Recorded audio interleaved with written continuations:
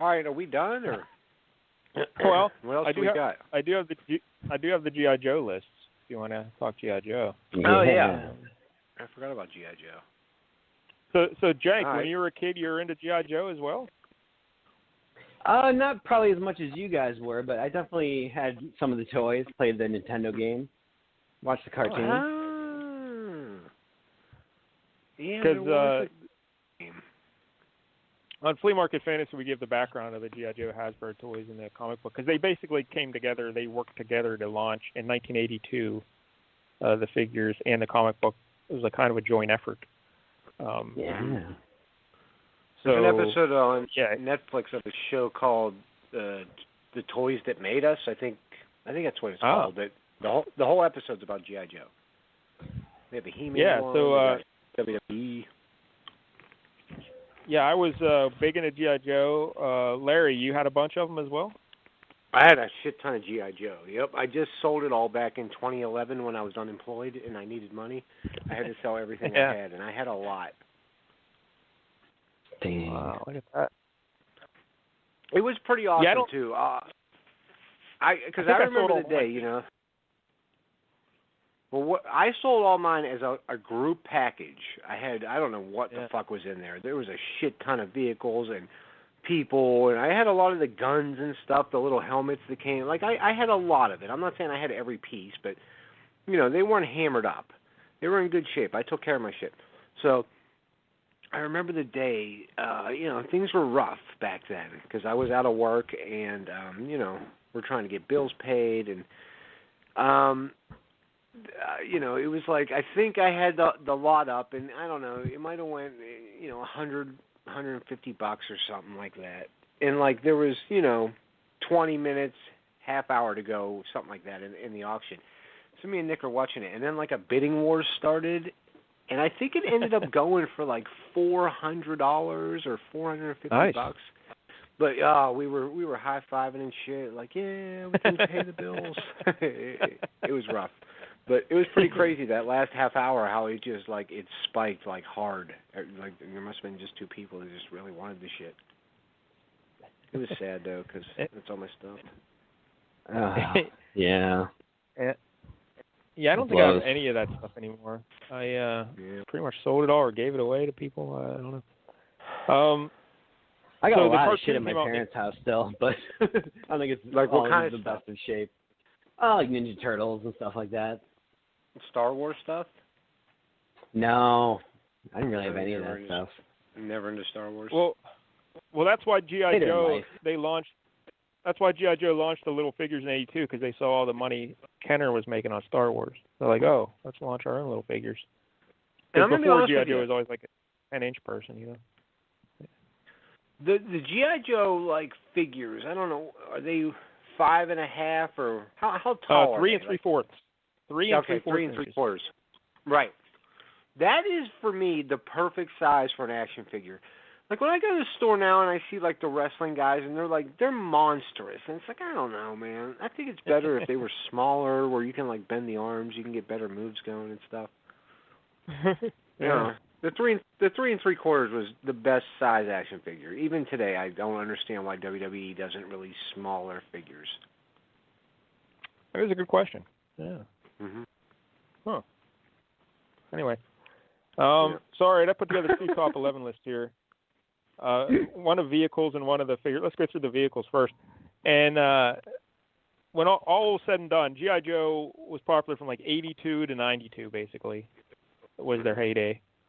And they released over 500 figures and 250 vehicles and playsets. God damn. Yeah, that's a lot. Holy shit. So, all right, number 11. I did not have this, but it always looked impressive. The big aircraft carrier, the USS Flag. Oh, yeah. I did not have that. Yeah. Rich kids had that. Yeah. Is that the thing the dude brought into Comic Book Man and him and Ming Chen put it together? Yep. Yeah, like 9,000 pieces, and I definitely did not have that. I think it was like $100 or something back in the day. And I was like, oh, holy hell. $100? Yeah, my mom was single mom, you know what I mean? I'm not getting the aircraft carrier. So number 10, this little thing, it was a little thing called Skyhawk, but it was like a little green, like a pod jet with like wings on the side and little turbo engines in the back. Oh, I see. Yeah, and it had like helicopter skiffs on the bottom, like the landing thing. Yeah. I definitely had this thing. Yeah, it was a good little thing because it was small. Yeah, you that's could zoom cool. around. Yeah. The wings always fell off, though, so it was kind of annoying. Number 9, the Snowcat. The Snowcat. Is that the snowmobile? Yeah, it was like the bigger one, though. Like it was like a tank for the snow, and it had missile launchers on the back. Oh, like, okay, yeah. Because they had the little snowmobile, and then this one was more like a tank. Yeah. This one's got like truck tires up front and like a tank tread in the back. Yeah. Yeah, it's pretty cool looking with the missile, the row of missiles across the top. I like it. Yep. And it's all white. Number 8, the APC, the Amphibious Personnel Carrier. Oh. This is like a truck when it had the detachable canvas top, camouflage top, the brown and camouflage, and you lifted it off and you can put all your guys in the back of it. Let me see. I might have had it. Oh, yeah, I definitely had this, for sure. Absolutely, I had it. It was a pretty standard. You pretty much had to get this just because it was like, so your dudes can drive around. Yeah. Yeah. How are you going to get to? What are they going to do? They can't walk to the war. Yeah.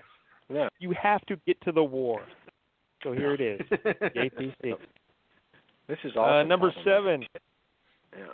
Yeah. Number 7, the Ferret ATV. This was a COBRA ATV. It was blue and like red guns, and it was just a 4-wheeler that COBRA zoomed around on. It was great. Yeah, look at it. Oh, Ferret. Ferret ATV. Now, when you Google Ferret, I didn't have this, but yeah, I do remember this. When you Google Ferret, everything Larry, COBRA has the sleeker. Oh yeah, COBRA always has the better stuff. But when you type in Ferret, you might get some Taylor Swift pictures, so be careful. Oh, that's terrible. Mark that for later. That girl's never done anything to you, and she always just tries to do her best, and yet you still shit on her. See, this is what's wrong with the world right now. Number 6, the COBRA Hiss Tank. Hiss Tank. Hold on, I'm getting This is the standard COBRA tank. It was the big treads in the back, and it was black, and it had the gun turret on the top and the glass canopy in the front. The Hiss Tank. Because nothing's better in a tank than a glass canopy. Yeah, that's what you're want talking the enemy about. to be able to break in easily. Yeah, because Mike also this tank is so cool. He's like, that's my favorite thing. It was the design was so cool, and I'm like, well, I don't know, but for safety, if you want a glass canopy in the front of it. But, and Hiss stood for High Speed Sentry. Yeah, High Speed Sentry. Hiss. All right. Number 5, the Tactical Battle Platform. It was kind of like an oil rig. Good. Yeah, it looked kind of like an oil rig, those ones you see out in the ocean there. And it was like, a base of operations for G.I. Joe. Oh, fuck yeah, this looks great. Yeah. I want this now. It's got a crane. All kind of stuff. You remember this, Larry? It's like Smurf Village, but for Army men. Yeah, one Christmas, I guess this came out in like 84 or so, and for that Christmas, my uncles got me this, and they got me another vehicle we'll talk about later, but it was probably the greatest Christmas I ever had. That was like really awesome. Yeah. So, number 4, the Dragonfly helicopter. This is G.I. Joe helicopter. It's pretty standard military helicopter looking thing, but it was cool. It had a little switch you could press, and it would the propeller would flip around and stuff. Wild Bill was the pilot. Hold on, let me look at it. Because this is like original run. Yeah, I'm pretty sure I had this. At one point I definitely did. Look at it. It's worth $400 if you still had it in the box. Oh, son of a bitch. Oh, in the box. All right. Yeah, in the box. I think mine kind of got broken anyway because I think my sister threw a shoe at me and it hit it. Something happened. If I remember correctly, like when these came, I think you had to put your own stickers on and shit. Yes. Yep. Yeah, they didn't come with the stickers on. You had to. I was really bad at that, like getting things straight. Oh, see, I liked it. I thought that was a cool little thing, putting the stickers on. It was. Yeah, I was terrible at it. I just want to play. I don't want to. I just wanted to play. Number 3, the nice. COBRA RATTLER. This was a dark blue plane that Cobra had, and I guess it can also take off vertically. I didn't even remember that aspect of it. Mike O had to remind me. But it had like a Gatling gun in the front and all kind of missiles and bombs on the wings. It was really cool. And I think it also had like these panels on the sides you could take out and put like other panels on that had bullet holes in them, so it looked like it got damaged. Ooh, that's great. The COBRA RATTLER. I don't really remember this thing. Yeah. Number 2, this was the other thing I got on Christmas with the tactical battle platform. The COBRA hydrofoil. The official name was the Moray. But it was like this big Cobra boat. It was red and gray, and it was real cool looking, real sleek. Yeah. That's pretty cool. Yeah. Yeah, I like real it. Cool. Yeah. And the number 1 G.I. Joe vehicle, the Killer Whale, the G.I. Joe hovercraft.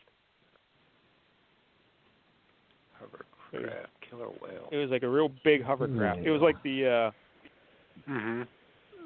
Cobra hydrofoil and the hovercraft are like opposing forces, I would say. But the hovercraft was definitely, it was like a big thing, and it had depth charges and compartment inside you could store things. Yeah. Oh yeah, it's got an inflatable bottom. That's amazing. Well, I don't know how it inflatable. It was plastic. Yeah, I think it just looks like. Yeah, it just looks like it's rubber. Yeah, you don't really inflate it. Yeah. You can't actually float it in your bathtub or anything like that. Well, I don't know. I think it did float. Oh. Yeah. That's good. Maybe. I remember having a G.I. Joe tank that, like, you had to put D batteries into. Yeah, I never had any of the G.I. Joe tanks, but there were a couple of them that were pretty cool. I think one was called the Wombat, maybe? I'm not sure. I'm bad with the names. And then, here it is. The 1982 G.I. Joe motorized tank. I don't know, $100 on eBay. But yeah, I definitely had that. And I remember having like a speedboat. I think it was a Cobra speedboat, and if I remember, kind of green. The water moccasin. Oh yeah, that's it. Yeah. Yep. It almost that made the always, list, you know. That was one of my favorite vehicles for sure. And it came with like this green and yellow dude, I think. Yeah, I can't remember. Maybe blue and green or something, but I loved that boat. I had that boat too, for sure. Yeah. So there you go. Yeah, that's pretty cool looking. Yeah, that floated. Now, it definitely floated. Jank, did you have any of these, or like you were a whole different generation of G.I. Joe, right? No, it was probably the same generation, but I didn't really have any of the vehicles. I had just a couple of the loose figures. That was it. I was probably more into like He-Man at this time. So yeah, I was more into where He-Man I was. Yeah. Hell yeah. So I was getting toys. That was where I was heading. I have two nephews. They're like 19 and 17 now. And when the 17-year-old was a little kid, he was way into like the army and the police and all that kind of stuff. So I tried to get him into G.I. Joe again. So that was fun buying the toys again for him. But, go. Yeah. All right. So now the best figures. Number 11, Roadblock. Remember Roadblock? I gotta look it up. I'm so bad with there were so many of them. Roadblock. He was the bald black guy. He was the heavy machine gun. Yeah, I had this guy. Yeah, I definitely had this guy. He came with this big green machine gun. And I guess The Rock. Huge. I think The Rock played him in the movie. I think you're right. Yeah, I think I own it. Number Number 10, Major Blood. He's a Cobra guy. He had an old World War II kind of helmet, like a German helmet, and he had an eye patch and a scar on his face. And he spelled blood, B-L-U-D-D. Major Blood. I remember this guy. Yep. Oh, yeah. Yeah. He was probably maybe third down or fourth on the depth chart on Cobra. You know what I mean? Like in terms of chain of command. Yeah. Yeah, he was up there. Number 9. He was. Number 9, the Baroness. The Baroness. Oh God. The evil Cobra lady. Yeah. Yeah. There's a couple of reasons why I like the Baroness. One, even though she's an evil Cobra lady, she still wears glasses. So that's kind of nice. Like she could have easily got contacts. I'm sure the Cobra health plan would have covered contacts, but she's like, no, I'll just wear glasses. So that's interesting. She's the Tina Fey of the Cobra world. Yeah. And Mike L. and the Comic Syndicate, they used to do these videos back in the day of they had this girl playing the Baroness, and they would do these wacky videos, and I was a big fan of her work. Let me just say that. And, was it like Bex Luthor or whatever, or was it No. Someone else. Oh, okay. And I've tried many times for Mike L. to introduce me to this lady, but I guess he says she no longer talks to him. Oh. Oops. I could see that. Yes. But I was a big fan of her work. So anyway, Google up Comic Syndicate Baroness. I'm sure you'll find her. All right, number 8, Beachhead. Beachhead. I don't know if he's kind of more obscure. Trying with the names. But he was cool though, because he had he was a G.I. Joe guy, not a Cobra, but he wore this mask like a green ski mask kind of, and his outfit was cool. And he came with this submachine gun that was really awesome. I was always disappointed. What, you don't like that guy? I had this guy for sure. Oh, you're disappointed because you sold them all? Is that why you're disappointed? Yeah, because somebody's asking $40 just for that one figure and shit. Well, I might not have had all the guns, but even that backpack thing, I know I had that because there was a hole in his bag that you would stick it in. I don't know. It wasn't strapped over his shoulders, yeah. Yeah. We call that a man purse. But he was cool. I always like the guys with the masks, it seems. Yeah. It's probably a superhero Spider-Man thing creeping in. Number 7, another guy in a mask. He was the Cobra Saboteur Firefly. And he wore a gray camo outfit. Firefly. And let me look. And he was awesome.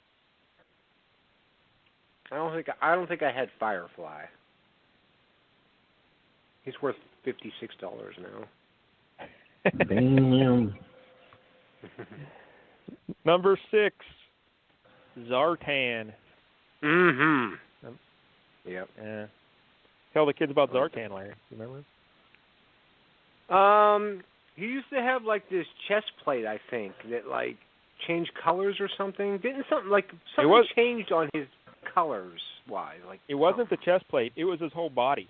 His whole body would turn green or bluish green when you put him out in the sun. Oh, okay. Oh, I used to love that stuff. Yeah. Wasn't there another guy who could you could change his face around by holding your thumb on it or something like that? That was Masters of the Universe. There was a guy who had 3 faces. Yeah. Manny faces. Yeah, man. Yeah, man faces. whatever. Yeah, all right. Yeah, he's not who I'm thinking of though. I'm thinking of somebody else. But Zartan was a Cobra dude who lived in the bayou and the swamps, and he had his guys were called the Dreadnoughts. His 3 henchmen. Yeah. Okay, so I'm looking at. Hold on, I'm choking on that little peanut rind. But anyways, I'm looking at a picture of this figure. He came with a face. He had a mask-looking face, but then he also had a regular old face that you could put on him. And maybe that's okay. Yeah, that does sound familiar now that you say that, yeah. Yeah. But his big selling point was he could change color in the sun. So it's pretty cool. I do kind of remember that now. Yeah, that's great. That kind of looks like the shitty Deadpool from the Wolverine movie. Yeah. Yeah, because he wore like this rag on his head. Kind of like I don't know. Kind of like a Robin mask or something. Yeah. All right, I used to have a Mr. number Freeze 5. when I was a kid that you put him in the freezer and he would like turn blue. It's so cool. Oh, that is pretty cool. Number 5, Tomax and Zaymot. Yeah. The evil twins. I love these two. They're the same figures except one had a scar on his face and the other didn't. And of course, you know, Larry. I'm sorry, but the two LCS founding fathers besides Jim Ivina were Matthew and Michael Sikorsky, or Matthew and Zippy, and they were identical twins.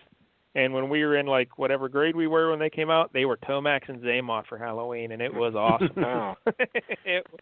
They cut up their old winter sleds, you know, those red plastic sleds. They cut them up to make like the armor and stuff, and they wore like the blue sweatpants and sweatshirt. It was awesome. Dude, Tomax and Zaymot were the two of the coolest figures back then. Like, just the outfit they wore, like, you gotta have these guys. Like, Cobra always had the best stuff. I agree, yeah. Oh, and here's the thing, when we're what's cooler than wearing a sash? Yeah. We talk about this on Flea Market Fantasy, but when Hasbro when they initially envisioned the toy line, they weren't going to create villains at all. And Archie Goodwin from Marvel suggested creating Cobra as their enemy, and he based Cobra on Hydra, Shield and Hydra. So, okay, I can see that. That's how but think if Hasbro never created Cobra. They had no intention of creating a villain line. They just thought kids would want to buy the heroes and make up their own little villains or whatever. But yeah, so Archie Goodwin's the guy who came up with that. Nobody wants to make up their own villains. Yeah, I don't know. Because I guess in the original G.I. Joe line, they just had that 10-inch G.I. Joe guy, and they didn't have villains or anything, you know. So, yeah. Number 4, the hooded Cobra Commander. Yeah, The hood. Yeah. See, this one would probably be number 1 for me, for sure. Oh, well, number 1. Come on. There's no way he's better than number 1, but I have him at 4. He could be higher. Hooded Cobra Commander is number 1 for me. Because that's when shit was getting real. You had to like mail in to get them, right, Larry? Didn't you have to send in to get them? Like you had to collect something or send in to buy them or something? I think at first, when he first released, I think you're right. I think there was some kind of gimmick like that where you had to do something, but eventually I think you could just buy them at the store. But there were certain figures you could only, like, well, I don't know. We'll just say that maybe you have somebody on here, but. Well, I don't have them on here. Sergeant Slaughter and the Fridge. William Perry. And the Fridge. Yeah, he was another one. Like, you had to send away to get those. And I think I had Slaughter. I never got Fridge. That's why Sergeant Slaughter left WWE back in the day, because G.I. Joe wanted to do a deal with them, and Vince said no, they couldn't do it. So he says, all right, so Slaughter chose G.I. Joe over WWE. Wonder if he made more money, like, going with them for a couple years or whatever. Yeah, I don't know. But, probably. So number 3, probably like the second in command of Cobra, Destro. Yeah. Destro. Oh, yeah. Yeah, he's a dude with a silver head, a silver metal head. That's such a cool design. Yeah. For a character. He wears his jumpsuit Danny Terrio style. He ain't afraid to zip it down to the belly button. He don't care. Got his gold chain on and shit. Yeah. Yeah, Destro. I like my dictator to party. I like to party. I want him to party too. Like the Silver Surfer up top, but then like some weird Disco Punisher down below. Mm-hmm. That's the perfect description, Disco Punisher. Yeah. Yeah. Number 2, Storm Shadow. The Cobra Ninja. He wore the all white outfit. Yeah. He's badass. I never had Storm Shadow. Oof. I don't know. He is awesome. Amazing. And number 1, there can only be one. There's only one number 1. Everything else, it's Snake Eyes. Snake Eyes. Come on, he's the best. He is the best. Pretty fair. I mean, he is good. I like him. You have Gung Ho on here, though? No, I do not. I always liked Gung Ho. He was always a favorite of mine. Yeah, he had the grenade launcher gun. That was a cool thing. And he had like the Marine tattoo right in the middle of his chest, and he had like a Marine cap. Wore that. Yes. Remember that. But hooded Cobra Commander is number one for me, and then Face Shield Cobra Commander would probably be like 3 or 4.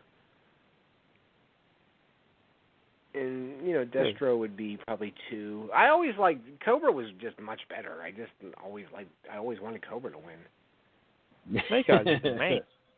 Yeah. Snake Eyes is cool, but he don't talk or nothing, I don't know. Well, yeah, because he got his face blown off in an accident, and his vocal cords were permanently damaged. It was a rough karaoke night. Yeah. No, he was, here's the story with Snake Eyes, and this is in issues 26 and 27 of G.I. Joe, if you want to read his backstory.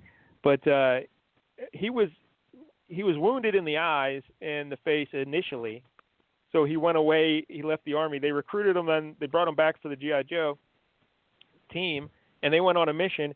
Scarlet got stuck in a helicopter door, like her, and he was trying to free her from that one helicopter door when they collided with another helicopter, and the propeller hit the gas tank on that helicopter, and it ignited a plume of helicopter fuel to shoot through the window of Snake Eyes' helicopter, and it just torched his face.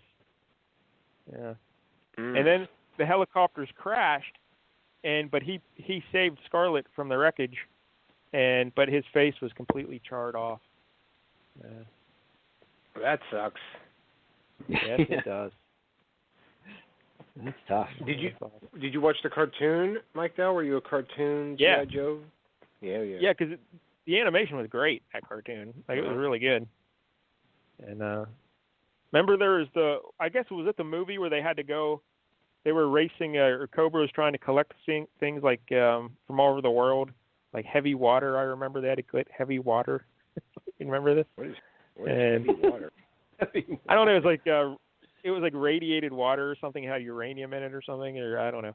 And they had to get it from the bottom of the. They were trying to build some sort of weapon, and so there's a race all over the world to get these certain items. G.I. Joe vs. Cobra. It was great. Yeah. I don't remember that. No. Loved it. Do you remember G.I. Joe Cobra Strike for the Atari 2600? I do not. Yeah. It was kind of like Missile Command, I think, and then you were just kind of like, trying to guard your base or whatever as Cobra's shooting venom drops down at you.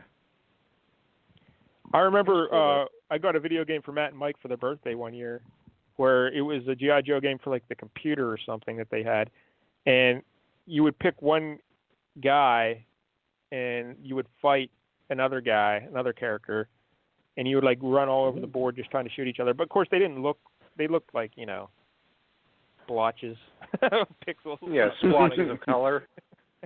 Yeah. Yeah, but it was still cool. Mm-hmm. I hear you. Yeah, it's still awesome. Go Joe. And knowing's half the knowing battle. Is half the battle. What about the movies? Did you see the movies?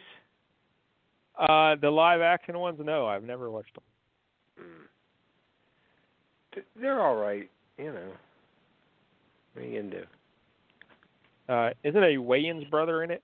So that always made me. I think Marlon Wayans is in one of them, yeah. But he's really good in Requiem with a Dream and stuff. He can be a serious actor. Shit. All right, fair enough.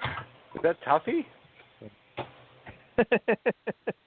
Jank is either urinating or pouring water. One of those Oh.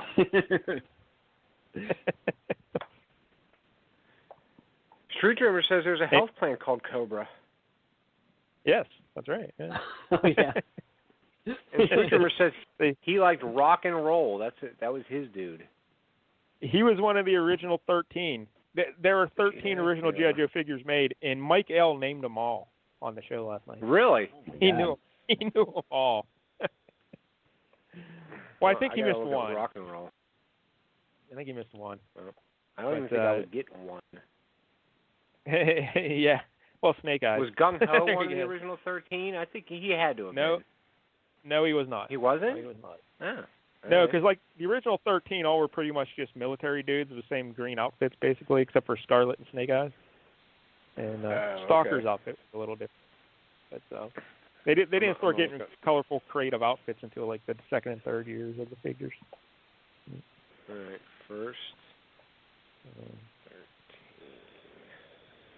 Like there was a guy named Steeler, who I guess he was a tank driver. Mm-hmm. I had never heard of him. Steeler. And that's like in Pittsburgh Steelers, 2 E's. Steeler. Oh, I definitely had this dude for sure. The guy with the flamethrower and had like the red, looked like a catcher's chest pad on and thigh pads. Red and yellow? No, he's red. Like he that's wears not a green. flamethrower. That's a laser gun, and his name is Flash. Oh, really? I thought it was a flamethrower. Well, I always used to. No, it's a laser gun. There was a flamethrower guy later on. His name was Barbecue. Okay. I definitely had this Scarlet for sure. I had her. Yeah, Scarlet. With the crossbow. Yep. Huh. That's pretty cool. I thought Gung Ho would have been one of the original 13. Nope. He was early, though. I mean, he was around, pretty early in the run. It's not like he came He was out probably later 84-ish, maybe 83, 84. Yeah. Probably 83. The good old days. If 82 was the first one. Yeah, G.I. Joe, good times. You know what's weird though is like we're right about the point where divorce is happening, but yet like I look back on it and it's like, toys and fun. But really, life sucked pretty hard back then. But it's like, I don't know. But if I look back on it now, everything was pretty cool.